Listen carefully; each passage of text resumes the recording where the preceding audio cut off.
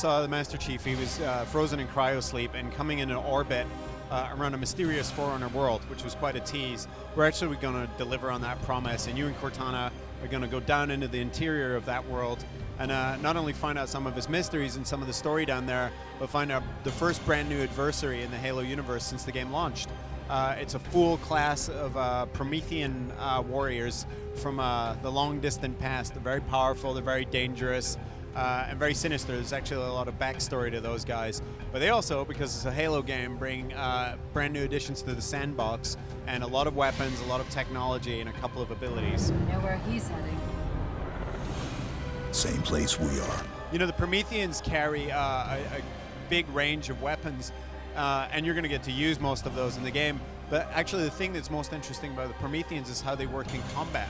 You have the Promethean Knights, and from their carapace can emerge what are called the Promethean Watchers, kind of a support AI. It can provide shielding, it can resurrect fallen Prometheans, and do a bunch of other stuff that completely changes the strategy on the battlefield. The Knights themselves are incredibly powerful. There are different classes of those Knights, and they have very different behaviors. They can phase in and out of existence. They can leap hundreds of feet in the air. They're fast, and they do carry different weapons.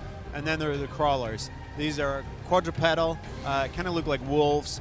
Quite easy to kill if there's just one of them. Headshot will take him out, and he'll explode in a very satisfying kind of bubble wrap pop. But when they arrive in packs, and they often do arrive in packs, they can be really challenging. But one of the coolest things is assassinating them, because they kind of buck like broncos, and you have to hold on to them while you pull their heads off. This is the culmination of human achievement. You know, we showed off a couple of new weapons at our press conference at E3. One of the weapons we showed off is called the Scatter Shot. It's kind of like a Forerunner shotgun. It's very powerful, and like all Forerunner weapons, it was originally designed to combat the Flood, this virulent menace from 100,000 years ago. And so when it kills things, it tends to incinerate them.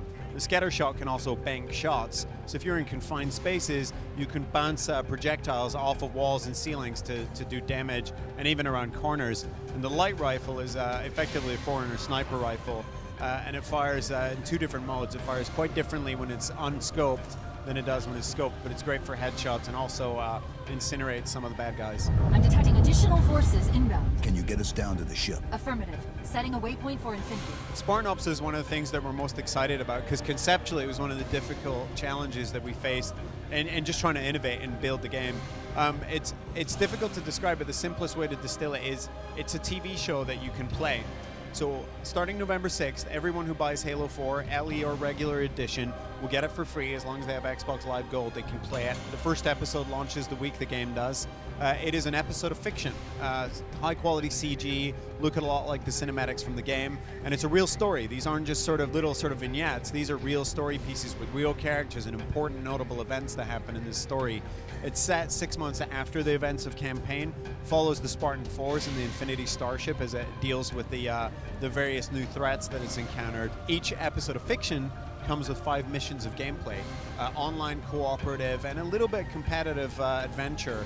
And the missions, most of the levels are built from scratch for Spartan Ops. You'll have to go back to a couple of places in campaign for fictional reasons, because it's a real continuation of the story.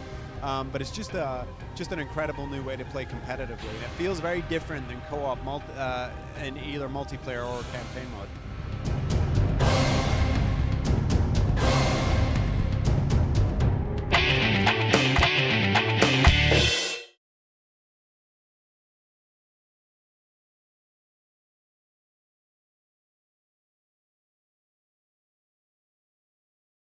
My name is Frank O'Connor. I'm Franchise Development Director at 343 Industries. I work on Halo 4, and that's about it.